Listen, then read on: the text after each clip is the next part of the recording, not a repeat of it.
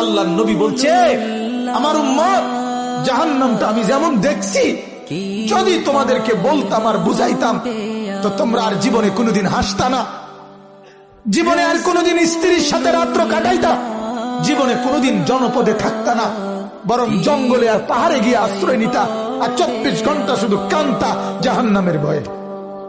আমি যেটা দেখছি, নবীজি বলছে, লাউ তা'লামুনা মা আ'লামু লা দাহিকতুম কালিলা ওয়া লা বাকাইতুম কাসীরা।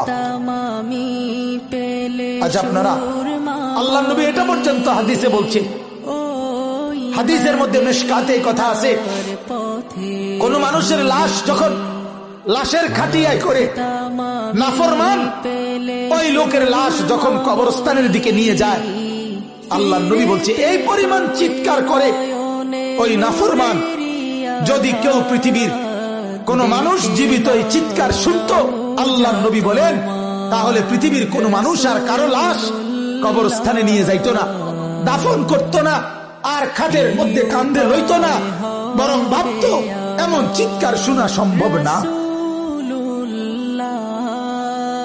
এই কথাগুলো সত্য বাপ, এই কথাগুলো এত বছর ধরে এত আলেম ওলামা কোরআন হাদিসের এত কথা, এগুলো মিথ্যা না। কি বলেন? এগুলো গল্প, এগুলো গল্প বলেন।